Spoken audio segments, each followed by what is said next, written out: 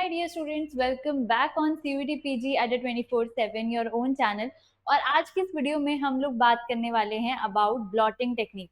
तो जैसे कि आई प्रॉमिस यू कि मैं आपको सारी टेक्निक्स और बाकी जितने भी इंपॉर्टेंट टॉपिक्स है उस पर वीडियोस प्रोवाइड करूंगी। तो उसके लिए आप लोगों को चैनल को सब्सक्राइब करना पड़ेगा। वीडियो सेक्शन में आप जाओगे, प्लेलिस्ट सेक्शन में आप जाओगे, आपके पास बहुत सारे इंपॉर्टेंट टॉपिक्स की वीडियोस आपको ऐसे देखने को मिल जाएंगी। सो आज का टॉपिक हमारा होने वाला है ब्लॉटिंग। तो यहाँ पर समझेंगे ब्लॉटिंग होता क्या है। बेसिकली ब्लॉटिंग टेक्निक हम तब यूज करते हैं जब हमें एक मिक्सचर में से डीएनए, आरएनए या फिर प्रोटीन को हमें क्या करना होता है, डिटेक्ट करना होता है।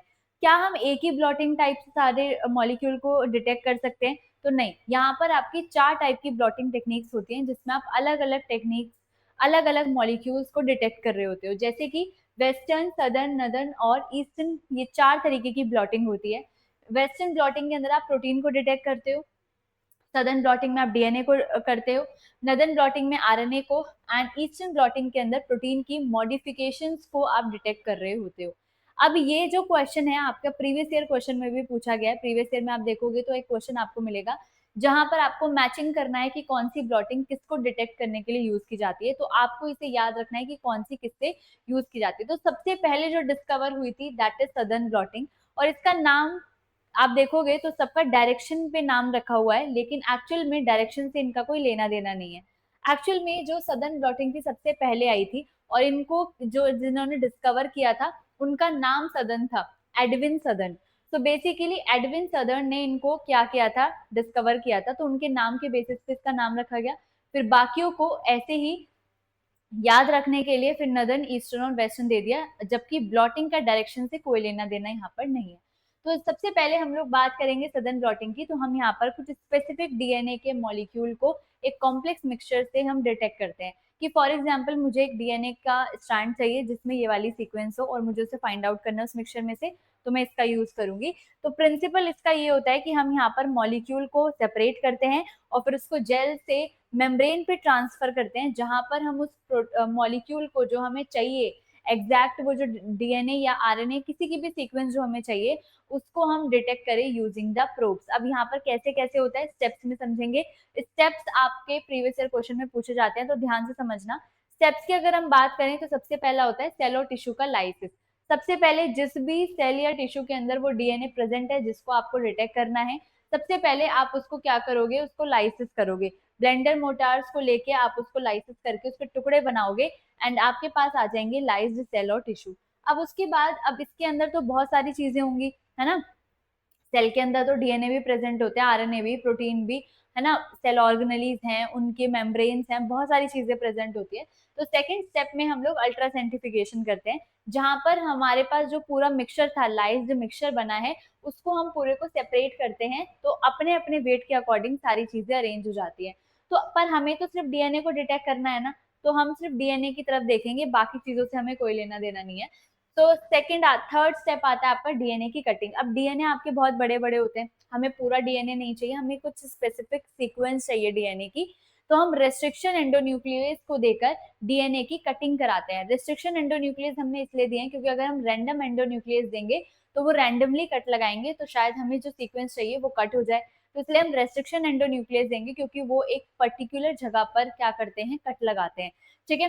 सो यहाँ पर हम लोग रेस्ट्रिक्शन एंडोन्यूक्लियस को देके वेरिएबल साइज के डीएनए को प्रोड्यूस कर देंगे। और आप सबको पता है कि इलेक्ट्रोफोरेसिस की हेल्प से हम डीएनए को उनके साइज के बेसिस पे सेपरेट कर सकते हैं। तो नेक्स्ट हमारा स्टेप आता है जेल इलेक्ट्रोफोरेसिस।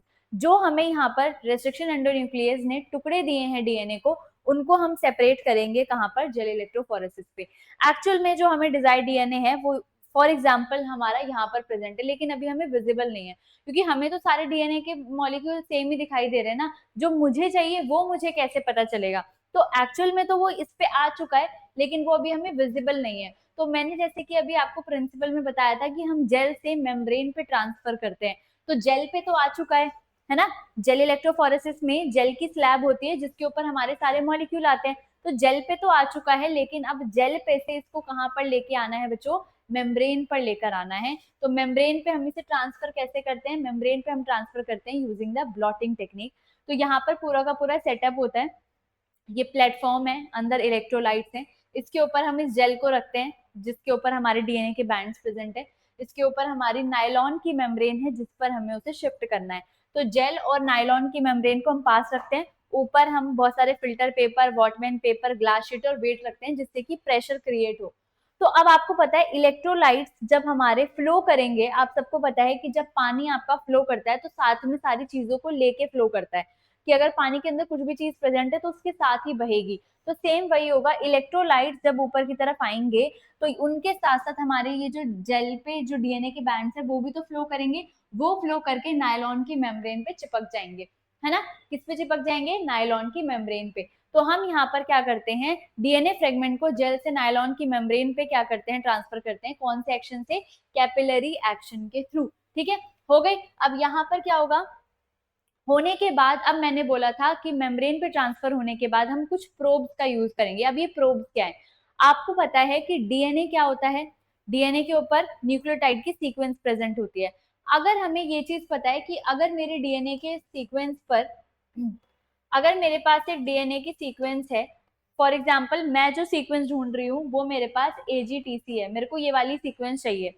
तो अब मेरे को अगर ये वाली सीक्वेंस चाहिए तो मुझे पता है कि इसके साथ कौन बाइंड करेगा, TCAG, है ना, मुझे पता है ये बाइंड करेगा। तो जो इसका कॉम्प्लीमेंट्री सीक्वेंस है दैट इज आर प्रोब। तो प्रोब हम कब यूज करेंगे, क्योंकि देखो जो जिस चीज को, जिस डीएनए को मैं ढूंढ रही हूँ उसकी सीक्वेंस तो मुझे पता है ना, तो उस सीक्वेंस को मुझे पता है तो मैं उसका कॉम्प्लीमेंट्री सीक्वेंस दे सकती हूँ, क्योंकि वही वहां पर जाके बाइंड करेगा।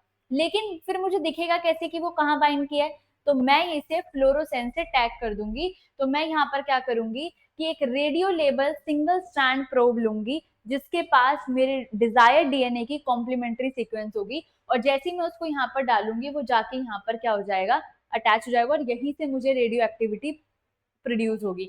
और इस रेडियो एक्टिविटी को मैं डिटरमाइन किससे करूंगी, ऑटो रेडियोग्राफी से।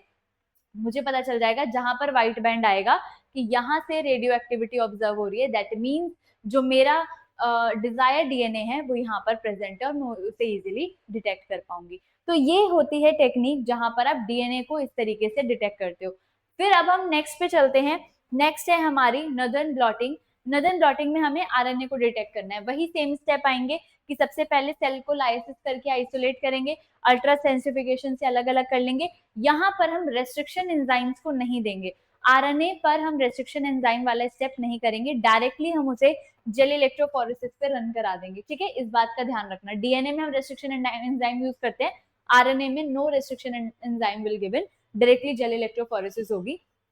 होने के बाद ब्लॉटिंग के थ्रू आप जेल से मेम्ब्रेन पे ट्रांसफर करोगे, वही पूरा सेटअप बनेगा, जेल से मेम्ब्रेन पे आरएनए के ट्रांसफर हो जाएंगे।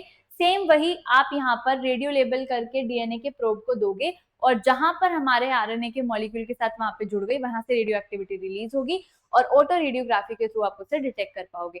सिंपल, बस इसमें एक ही चीज अलग है, वो ये है कि यहाँ पर रेस्ट्रिक्शन एंजाइम यूज नहीं होते, बाकी प्रोब भी सेम है क्योंकि आरएनए भी न्यूक्लियोटाइड से बने हैं, उनके साथ भी कॉम्प्लीमेंट्री स्ट्रैंड जुड़ सकती है, सेम विद द डीएनए। ठीक है, आगे चलते हैं। आगे चलेंगे इस पर वेस्टर्न ब्लॉटिंग पे। वेस्टर्न ब्लॉटिंग का मतलब होता है प्रोटीन्स को डिटेक्ट करना। यहाँ पर हम लोग क्या करेंगे, वही स्टेप आएगा, सबसे पहले हम सेल को लाइसिस करेंगे, फिर अल्ट्रा सेंट्रिफिकेशन करेंगे, फिर जेल इलेक्ट्रोफोरेसिस करेंगे। जेल इलेक्ट्रोफोरेसिस करने से सारे प्रोटीन सेपरेट हो जाएंगे। इसके बाद हमारा ब्लॉटिंग की टेक्निक पे हम यहाँ पर प्रोटीन को जेल से नायलॉन की मेम्ब्रेन पे नहीं, पीवीडीएफ की मेम्ब्रेन पे ट्रांसफर करते हैं। What is PVDF? Polyvinylidene diamine fluoride की एक मेम्ब्रेन होती है, उस पे हम ट्रांसफर करते हैं। सेटअप वही सेम लगता है, बस नायलॉन की मेम्ब्रेन की जगह पीवीडीएफ की मेम्ब्रेन वेस्टर्न ब्लॉटिंग में यूज की जाती है। ठीक है, कुछ इंपॉर्टेंट चीजें इसलिए मैंने यहाँ स्टार मार्क कर दिया, ध्यान रखना इसको। अब बात आती है कि मैम प्रोटीन के पास तो न्यूक्लियोटाइड्स नहीं होते, तो हम प्रोब क्या देंगे, है ना। प्रोब क्या देंगे, ऐसी क्या चीज है जो प्रोटीन से बाइंड होती है बच्चों? वो होती है हमारी एंटीबॉडीज, क्योंकि हमारे जो प्रोटीन्स हैं अमाइनो एसिड से मिलके बने हैं, और ऐसा नहीं होता कि अमाइनो एसिड कॉम्प्लीमेंट्री होते हैं कि वो आपस में जुड़ जाते हैं कि हम कॉम्प्लीमेंट्री सीक्वेंस दे दें, नहीं, ऐसा नहीं होता है, हमारे प्रोटीन का नेचर ऐसा नहीं है, डीएनए आरएनए का होता है। तो हम प्रोटीन्स के केस में प्रोब कौन सा देंगे? एंटीबॉडीज। कौन सी? प्राइमरी एंड सेकेंडरी एंटीबॉडीज को देंगे। तो बेसिकली प्राइमरी एंटीबॉडी प्रोटीन पे जाके चिपक जाएंगी, और सेकेंडरी एंटीबॉडी प्राइमरी से जाके अटैच हो जाएंगी, तो मैं सेकेंडरी वाली को रेडियो लेबल करूंगी। ठीक है, तो प्रोसेस क्या होगा, हम करेंगे क्या कि पूरी की पूरी मेम्ब्रेन को ब्लॉक कर देंगे। किससे ब्लॉक करेंगे? बीएसए या फिर मिल्क प्रोटीन से। ठीक है। बीएसए या फिर जो मिल्क प्रोटीन है, इससे हमारा पूरा का पूरा रीजन ब्लॉक हो जाएगा, एक्सेप्ट जहां पर बाइंडिंग हुई है। इससे क्या होगा कि इससे हमारी स्पेसिफिक बाइंडिंग होगी, वरना अगर एंटीबॉडीज अलग अलग प्रोटीन पे जाके अटैच हो गई तो हम अपने स्पेसिफिक प्रोटीन को डिटेक्ट नहीं कर पाएंगे। इसलिए ब्लॉकिंग करना बहुत ज्यादा जरूरी है। तो ब्लॉकिंग होती है मेम्ब्रेन की बीएसए या मिल्क प्रोटीन के बाद। उसके बाद हम प्राइमरी और सेकेंडरी एंटीबॉडी देते हैं। प्राइमरी एंटीबॉडी को दिया, बाकी के पूरे जेल पूरी की पूरी मेम्ब्रेन को हम वॉश आउट कर देते हैं कि जो भी अननेसेसरी एंटीबॉडी है जो बाइंड नहीं हुई है वो बाहर निकल जाए, और जो बाइंड हो गई है वो वहां पर रुक जाए। ठीक है। फिर सेकेंडरी एंटीबॉडी हम देंगे फ्लोरोसेंस से टैग करके, ताकि जब वो उससे अटैच हो तो हमारे पास फ्लोरोसेंस आए और हमें पता चल जाए कि यहाँ पर अटैचमेंट हुई है, मतलब जो मेरा डीएनए है वो यहाँ पर प्रेजेंट है। समझ में आया सबको? ये इस तरीके से आपका होता है। इसके बाद आती है आपकी लास्ट ईस्टर्न ब्लॉटिंग, जहां पर हम प्रोटीन की मॉडिफिकेशंस को देखते हैं। अब प्रोटीन्स के अंदर काफी सारी मॉडिफिकेशन होती है, जैसे हमने कभी मिथाइल ऐड कर दिया तो मिथाइलेशन हो गया, है ना। ऐसे हमने क्या कर दिया, ग्लाइकोसाइलेशन कर दिया, कार्बोहाइड्रेट ऐड कर दी, फॉस्फोराइलेशन कर दिया। तो हम प्रोटीन पे अलग अलग मॉडिफिकेशन करते हैं। स्टेप इसमें भी वही है, प्रोटीन को आइसोलेट करो, अल्ट्रासेंट्रिफिकेशन करो, फिर जेल इलेक्ट्रोफोरेसिस करा दो। जेल इलेक्ट्रोफोरेसिस कराने के बाद आप ब्लॉटिंग करो, जेल से पीवीडीएफ की मेम्ब्रेन पर भेजो, फिर ब्लॉकिंग करो बीएसए या मिल्क प्रोटीन से, और फिर क्या करो, यहाँ पर आप कुछ ऐसे प्रोब दोगे जो कि मॉडिफिकेशन स्पेसिफिक होंगे। जैसे ग्लाइकोसाइलेशन में कार्बोहाइड्रेट ऐड होते हैं, और आपको पता है कार्बोहाइड्रेट से कौन बाइंड करता है, lectins. Lectins are carbohydrate binding proteins, and इसीलिए यहाँ पर लेक्टिन से एंटीबॉडी यूज होंगे। फॉस्फोराइलेशन में फॉस्फेट स्पेसिफिक प्रोटीन को डालोगे, लिपिडेशन में लिपिड स्पेसिफिक प्रोटीन, जो जिससे अटैच हो सकता है आप उसको एज अ प्रोब यूज करोगे। एंड देन फिर अगर सेकेंडरी डिटेक्शन की जरूरत है तो आप करोगे, अदरवाइज फिर विजुअलाइजेशन होगा कि कहाँ से आपका फ्लोरोसेंस आ रहा है। तो इस तरीके से ब्लॉटिंग की टेक्निक होती है। इसके अंदर सबसे इंपॉर्टेंट जो प्रीवियस ईयर क्वेश्चन में पूछा जाता है कि कौन सी ब्लॉटिंग में हम किसको डिटेक्ट करते हैं और स्टेप्स क्या हैं ब्लॉटिंग के, इनसे आपके क्वेश्चंस बहुत बनते हैं। तो इसीलिए अच्छे से पढ़िए, और ना कुछ समझ में आए, कोई भी क्वेरी हो तो drop down in the comment section, और चैनल को सब्सक्राइब जरूर करना है। यहाँ पर हमारे पास हमारे फाउंडेशन बैचेस एंड महापैक्स हैं, जहाँ पर आप बहुत अच्छे से अपनी पढ़ाई को कर सकते हैं। तो करने के लिए आपको यहाँ पर क्या करना है, मुझे मेल करना है। मेल आपको करना है अपना नेम, कॉन्टेक्ट नंबर और सब्जेक्ट के साथ। यहाँ पर मैं आपको कुछ एक्स्ट्रा स्पेशल डिस्काउंट को प्रोवाइड करूंगी, जो भी आप चाहते हैं। तो इसीलिए आप मुझे यहाँ पर जरूर मेल कीजिएगा। ये कूपन कोड है जिसको यूज करके आप एक्स्ट्रा डिस्काउंट पा सकते हैं, लेकिन इसके अलावा भी अगर आपको कोई डिस्काउंट या स्पेशल डिस्काउंट चाहिए तो आप मुझे मेल करेंगे on my mail ID. So all the best. Thank you so much for joining the session. Bye bye.